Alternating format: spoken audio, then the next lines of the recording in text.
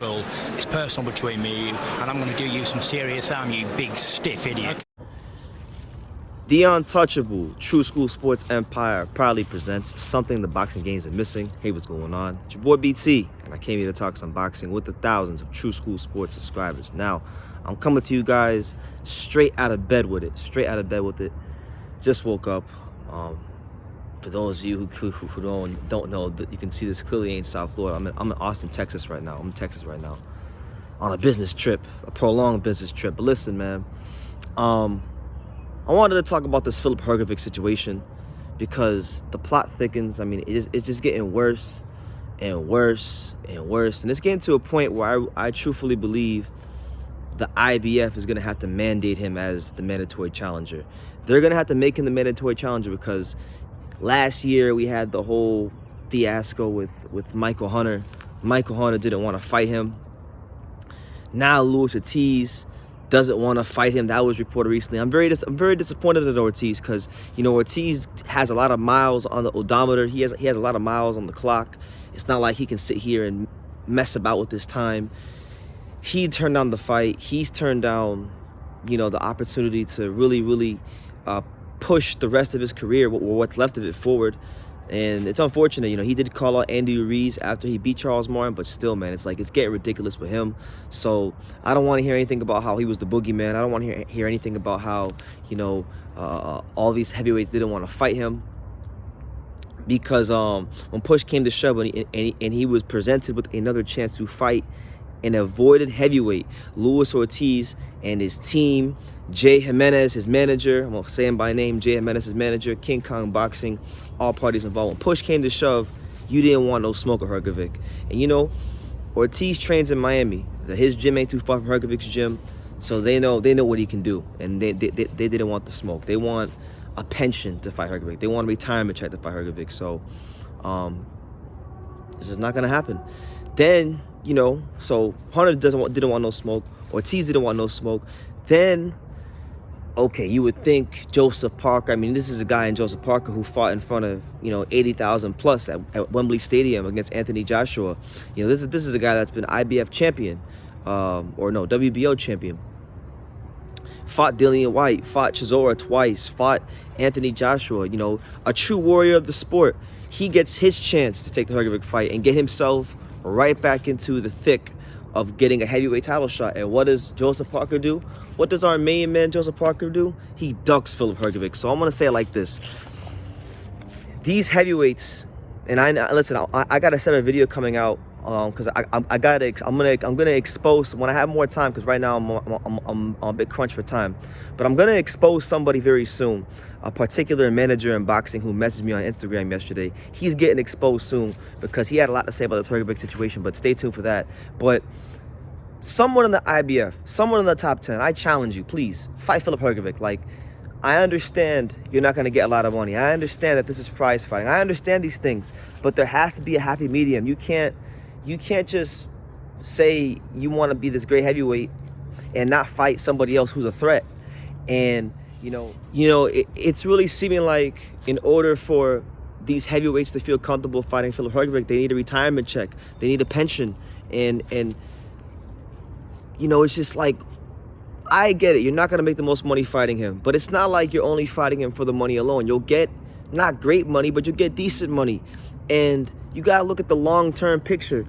You beat Hrgovic, you get a title shot, you become mandatory. Like, don't heavyweights want to become champions? Like, I understand it's prize fighting, the money comes first, business is first. I get all these things. Like, you don't gotta tell me. I'm all about fighters getting paid. I'm all about fighters getting it how they live. But sometimes the problem with boxing, and sometimes the problem with these fighters and managers especially, is that they don't look at the big picture. They just look at the now. They look at the instant gratification. And it's like, it's funny. Everybody always wants to talk about Floyd Mayweather and all these things. But guess what? Floyd Mayweather had fights in his career early on with Bob Arum where he had to take short money. You know, he had to go through some fights where he wasn't getting the most money. And he'll be the first one to tell you, I took short money in certain fights because Top Rank wouldn't give me certain dates. But he believed in himself, and he knew that if he won these fights, he would eventually get to a position where he could call the shots. And eventually he bought himself out of his contract, and then he became who he became. But in boxing, people just have such a, they're small, they're short-term thinkers. And, you know, let's just be real. People can say, like a lot of people say, BT, how could you say that Hrgovic is this great heavyweight when he hasn't fought anybody, right? Well, let's use common sense. Go look at what he did in the amateurs. Let's start there, because that's where everybody starts in boxing. They start as an amateur. He won, I believe it was a bronze or a silver in the last Olympics. You know, was one of the top amateurs coming out in the heavyweight division when he turned pro.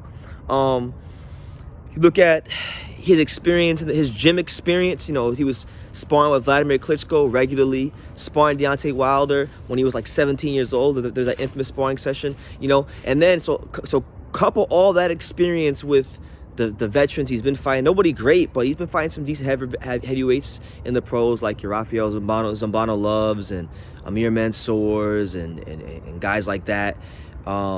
Nobody great, but veterans, guys that know the way around the ring, that are experienced, and he's been beating the fuck out of all of them.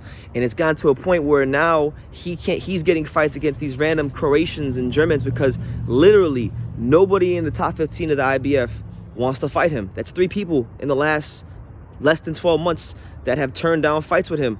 You can't make this up. I really think it's to a point where his promoter, Cal Soderlund, has to literally overpay these guys to get into the ring. So, like, for example, if the fight is worth $340,000 or $300,000, he's gonna have to pay these guys $500,000. If the fight is $200,000, he's gonna have to pay them $450,000. They're gonna have to start paying guys above market value and lose money in the short term if they believe in Hrgovic. This is where we kind of see what Cal Soderlund thinks about Hrgovic, because if they believe in Hrgovic, the situation does depend on them to, you know, overpay these guys to get in the ring, because they're not gonna fight Hrgovic for this purse bid eliminator money. It's just not gonna be that way. We've already seen it on 3 different occasions from 3 names in the division, which is Michael Hunter, Luis Ortiz, and Joseph Parker. These guys have all been paid a lot of money, more money than they would get paid for this fight throughout their career. And they're gonna want above what they're normally getting paid to fight this guy, because they know what they're getting themselves into. They know that a fight with Filip Hrgovic will have a chance to seriously damage them for the rest of their careers and potentially their lives. So we'll continue to see if anybody in the IBF has the courage, the balls, or the self-belief to fight Filip Hrgovic. But right now, it's not looking like that, and Filip Hrgovic is quickly becoming one of boxing's most ducked and avoided men. So make of that what you will. You know, it's your boy BT. Hit the subscribe button. You know, make sure you guys tell a friend to tell a friend. And like I say in every single one of these videos, you can love me or you can hate me, but I'm just Kid from Daniel. So until next time, take care, guys.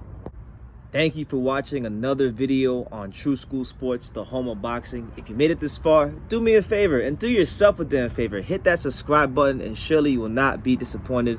You know, True School Sports bringing you the latest and greatest, the untouchable, you know, boxing content, interviews, news videos, breakdowns, live fight reaction extravaganza. We've got a great community of people here, boxing fans all over the world, from America to the UK to Australia, and on and on and on. So join the empire today. Hit that subscribe button. Take care and God bless.